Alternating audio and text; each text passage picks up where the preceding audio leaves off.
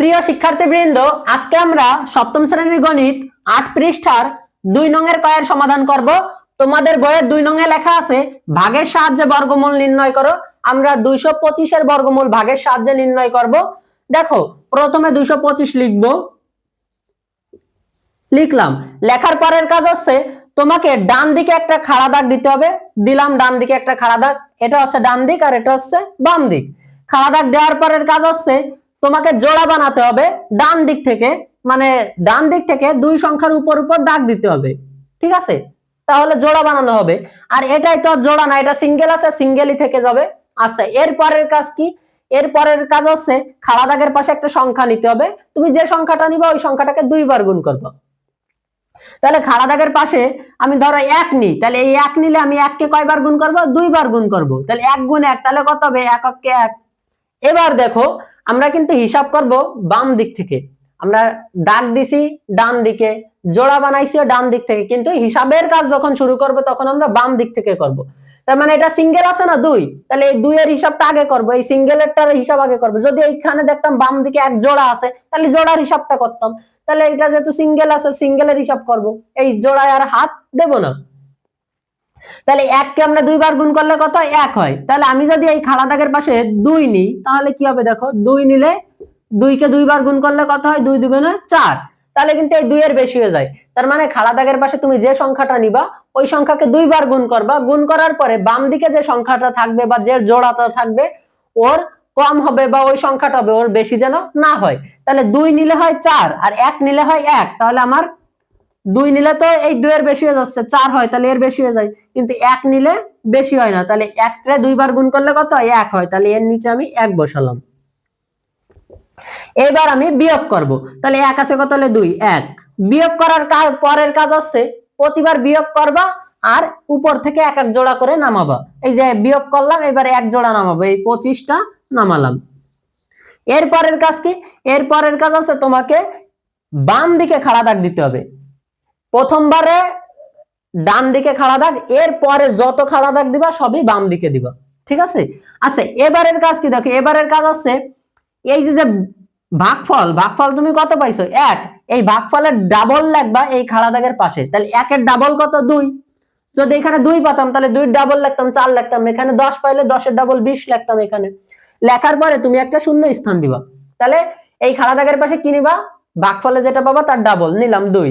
এইবার ২ লেখার পরে একটা শূন্য স্থান দেবো, দিলাম। এর পরের কাজ হচ্ছে এই শূন্য স্থানের একটা সংখ্যা বসাবো। শূন্য স্থানে কি করবো? একটা সংখ্যা বসাবো। যে সংখ্যাটা বসাবো ওই সংখ্যা দিয়েই এই পুরো সংখ্যাকে গুণ করব। মানে শূন্য স্থানে যে সংখ্যাটা বসাবা ওই সংখ্যা দিয়েই পুরো সংখ্যাকে গুণ করবা। তাহলে শূন্য স্থানে যদি ধরো আমি ১ বসাই, তাহলে এই পুরো সংখ্যাকে মানে এই ২১কেই আবার ১ দিয়ে গুণ করবো। তাহলে ১ কে ১, ২ কে ২। দেখো ১২৫ আছে, তাহলে ১ বসাইলে অনেক কম হয়। তাহলে এখানে তুমি ২ বসাবা, ৩ বসাবা। আমি একটু বড় সংখ্যা করে বসাই, ঠিক আছে, এই শূন্য স্থানে, যাতে অঙ্কটা দ্রুত শেষ হয়ে যায়। তাহলে ধরো আমি ৩ বসাই, ২ বসালাম না, যেহেতু ১ দিয়ে দেখছি ২১ হয়েছে, 2 দিয়ে কত বা হবে না। তাহলে এইখানে যদি আমি শূন্য স্থানে ৩ বসাই, তাহলে আমি এই পুরো সংখ্যাটাকে আবার ৩ দিয়ে গুণ করব, ঠিক আছে? তাহলে দেখো ৩ × ৯, ৩ × ৬, ৬৯ হয়, তাই না? তাহলে আমি এই যে শূন্য স্থানে ৪ বসাই, দেখি শূন্য স্থানে যদি আমি ৪ বসাই, তাহলে আমি শূন্য স্থানে যে সংখ্যাটা বসাবো পুরো সংখ্যাটাকে, মানে পুরো সংখ্যা মানে এই ২৪টাকেই, এই যে শূন্য স্থানে বসানোর পরে তো একটা সংখ্যা তৈরি হচ্ছে, তাই না? তাহলে কত আছে? ২৪। ওই সংখ্যাটাকে আবার এই যে শূন্য স্থানে যে সংখ্যা দিছি ওই সংখ্যা দিয়ে গুণ করব। তাহলে ৪ দিয়ে গুণ করলে কত? ৪ × ৪ = ১৬, ৬ হাতে ১, ৪ × ২ = ৮, ১ = ৯, ৯৬ হয়। তাহলে ১২৫-এরও কম হচ্ছে।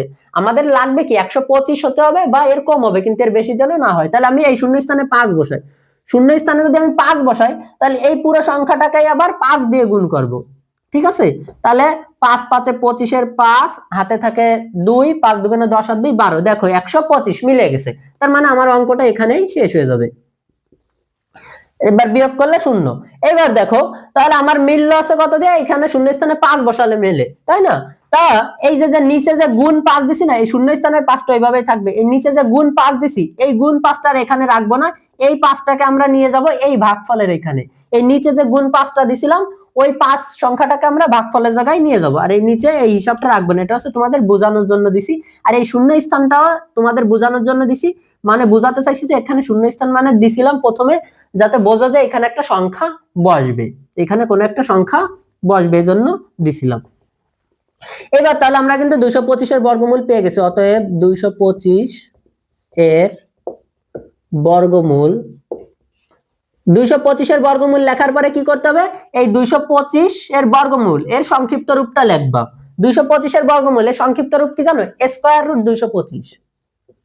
তাহলে প্রথমে লিখবা তো 225 এর বর্গমূল, এরপরে সংক্ষিপ্ত রূপ লিখবে, সংক্ষিপ্ত রূপ স্কয়ার রুট 225। এরপরের কাজ হচ্ছে এই যে তোমার উত্তর কি, উত্তর আছে তোমার এই যে ভাগফল, এই অঙ্কের ভাগফল কত 15, এই 15 আছে তোমার বর্গমূল, উত্তর আছে তোমার 15। তাহলে ভাগফলই হচ্ছে তোমার বর্গমূল। তাহলে 225 এর বর্গমূল হচ্ছে 15, উত্তর 15। আশা করি তোমরা আজকের ক্লাসটা বুঝছো। আর এইটা হচ্ছে আমি রাফ করছি মনে মনে। এইখানে যে প্রথমে যে 1 বসাইছি, এর যে 2 বার গুণ করবা, এটা হচ্ছে মনে মনে করবা। আর আমি তোমাদের বোঝানোর জন্য এখানে রাফ লিখে দিছিলাম, রাফ করছিলাম আর কি।